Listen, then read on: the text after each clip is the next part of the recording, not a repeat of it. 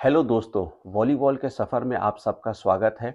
आपने बहुत प्यार दिखाया और मेरी पूरी कोशिश रहेगी कि अच्छी से अच्छी जानकारी वॉलीबॉल खेल को लेके आपके पास पहुंचाऊं। न्यूटन बाबा के जो 3 नियम हैं, वो 3 नियम वॉलीबॉल में कैसे लागू होते हैं, वो आज मैं आपको बताने वाला हूं। चैनल को सब्सक्राइब करिए, बहुत मज़ा आने वाला है दोस्तों। सबसे पहले न्यूटन बाबा के 3 लॉ है।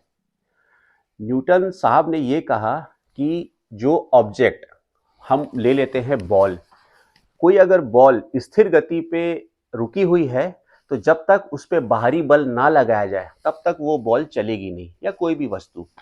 दूसरा नियम ये है कि अगर कोई बॉल चल रही है तो जब तक उस पर बाहरी बल लगा के ना रोका जाए तब तक वो रुकेगा नहीं।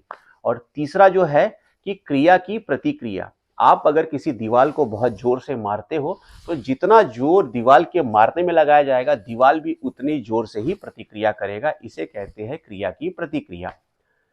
ठीक है मेरे दोस्तों, न्यूटन बाबा का जो पूरा लॉ है बल और गति पे आधारित है, और हमारा वॉलीबॉल भी बल और गति पे आधारित है। पहले एपिसोड में मैंने आपको बता चुका है कि हमारा जो वॉलीबॉल है वो एक्सप्लोजिव स्ट्रेंथ का खेल है। सेकंड के 10वें हिस्से में आपको एक्सप्लोजिव स्ट्रेंथ दिखाना है और वहां पे दिमाग का यूज करना है। ठीक। न्यूटन बाबा का जो नियम है वो गुरुत्वाकर्षण का है कि पृथ्वी की हर वो चीज जो ऊपर जाती है उसको पृथ्वी नीचे खींचता है गुरुत्वाकर्षण के कारण। तो हम अगर बॉल को ऊपर फेंकेंगे तो बॉल नीचे इसीलिए आती है, हमने स्कूलों में पढ़ा है, क्योंकि सेंटर ऑफ ग्रेविटी गुरुत्वाकर्षण के कारण बॉल नीचे आती है। तो इसी तरह की से जब कोई प्लेयर या स्मैशर बॉल मारने के लिए नेट के ऊपर जाता है तब ये धरती उसको नीचे खींचती है। इस परिस्थिति में प्लेयर का जंप कम हो जाता है। अब प्लेयर के जंप को अगर बढ़ाना है तो उसके लिए क्या क्या चीजें हैं? उसके लिए स्ट्रेंथ है, एक्सरसाइज है, और तीसरी सबसे बड़ी चीज है कि प्लेयर या अटैकर का जंप एक्शन। अगर आपका जंप एक्शन गुरुत्वाकर्षण को कम करने के खिलाफ है तब आपका जो रीच है बॉल के लिए बढ़ता जाएगा। फॉर एग्जाम्पल, हम हाथ पीछे ले गए, कोचेस ने सिखाया, हाथ ऊपर ले गए। जब अटैक करने का बारी है तब हमारे पीछे के दोनों पैर आर्च होने चाहिए। वो क्यों आर्च होने चाहिए? गुरुत्वाकर्षण के पावर को तोड़ने के लिए, ताकि धरती हमें धीरे से खींचे जमीन की ओर। इसीलिए आप देखिएगा जितने बड़े बड़े प्लेयर हो रहे हैं, जितने अच्छे एक्शन पे काम होता है, वो उसका जंप उतना ही वो ऊपर जाता है और उस पे एयर स्टे भी आता है। इसीलिए इंटरनेशनल जो कोचेस है वो प्लेयर के एक्शन के लिए बहुत ज्यादा काम करते हैं। वो एक्शन पे बहुत काम करते हैं कि आपको जैसा एक्शन बताया जा रहा है इस एक्शन पे काम करिए, और आप देखिए साइंटिफिकली वो प्लेयर बहुत अच्छा काम करता है। ये तो चलिए बात हो गई। दूसरी बात ये है हमारा ब्लॉक पोजीशन। हम जब ब्लॉक पे भी जाते हैं तो ब्लॉक करते समय भी हमारा शरीर जो है सी आर्च बनता है, ताकि हमारी लैंडिंग के समय भी हमारे पैर और घुटने सेफ रहें। ये एक जानकारी हो गई दोस्तों। दूसरी जानकारी ये है कि वॉलीबॉल में पैर की इंजरी बहुत ज्यादा होती है। पैर की इंजरी के कारण बहुत सारे कारण हैं। पहला कारण है कि हमारा स्ट्रेंथ, हमारी ट्रेनिंग और हमारे कोचेस जो बताते हैं हम वैसे को नहीं कर पाते। और चौथा एक सबसे बड़ी चीज है हमारे जूते। मैं आज आपको एक बहुत अच्छी बात बता रहा हूं, आपको भी अच्छा लगेगा। 1990 में जब मैं स्कूल में पढ़ता था, 90 के दशक में, तो मेरे पापा ने मेरे को 80 रुपए के जूते लाके दिए।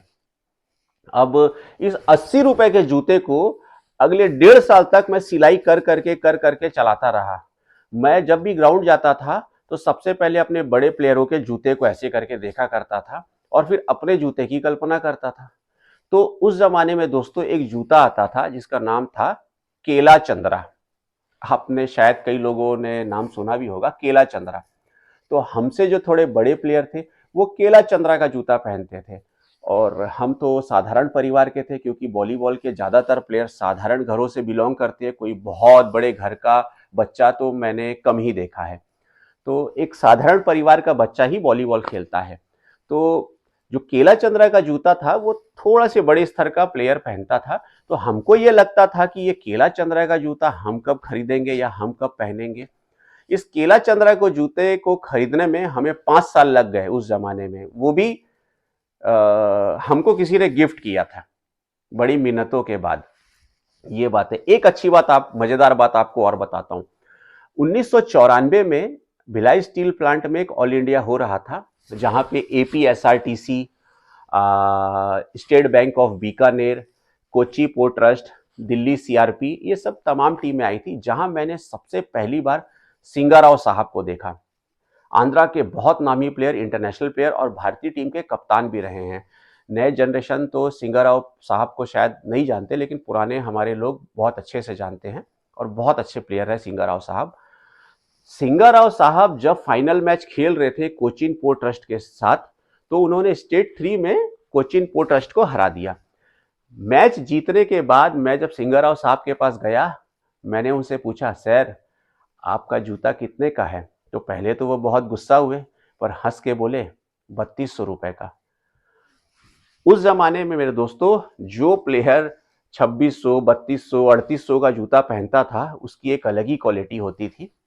और हम जो है ऐसे जूते और ऐसे प्लेयरों को देखने के लिए बेताब रहते थे। बहरहाल वो भी एक समय था। और आज का जो मॉडर्न वॉलीबॉल है, आप देखिए मैजिनो आ गया, नाइकी आ गया, प्यूमा आ गया और बहुत अच्छे अच्छे जूते आ गए और जूतों की क्वालिटी भी अच्छी आ गई। जूतों की क्वालिटी में एक चीज आप ये देखिए, अगर आपका वजन 80 किलो है और अटैक या ब्लॉक करने के बाद अब जब आप नीचे आते हैं और वो जो झटका या थ्रस्ट पड़ता है, तो जस्ट लाइक ए डबल होता है। अगर आप 80 किलो के हैं तो आपके घुटनों में कम से कम 140 से 180 किलो का भार पड़ता है। इसीलिए अच्छे जूता का होना बहुत जरूरी है। साथ ही साथ अच्छी ट्रेनिंग का होना जरूरी है, अच्छी स्किल का होना जरूरी है, हमारे जो कोचेस कहते हैं उनकी बात मानना जरूरी है। जब ये सारी चीजें होंगी तब एक प्लेयर लंबे समय तक खेल पाएगा। लैंडिंग लैंडिंग के समय बहुत ही सावधानी से लैंडिंग करना चाहिए। जूतों का तो महत्व है ही है, लेकिन लैंडिंग का भी महत्व है। तो बहरहाल दोस्तों, ये जो वीडियो था मेरे को लगता है आपको पसंद आया होगा। और बहुत जल्दी हम एक दूसरे वीडियो में आपके साथ फिर मिलेंगे। आप अपना प्यार बनाए रखिएगा। Thank you very much.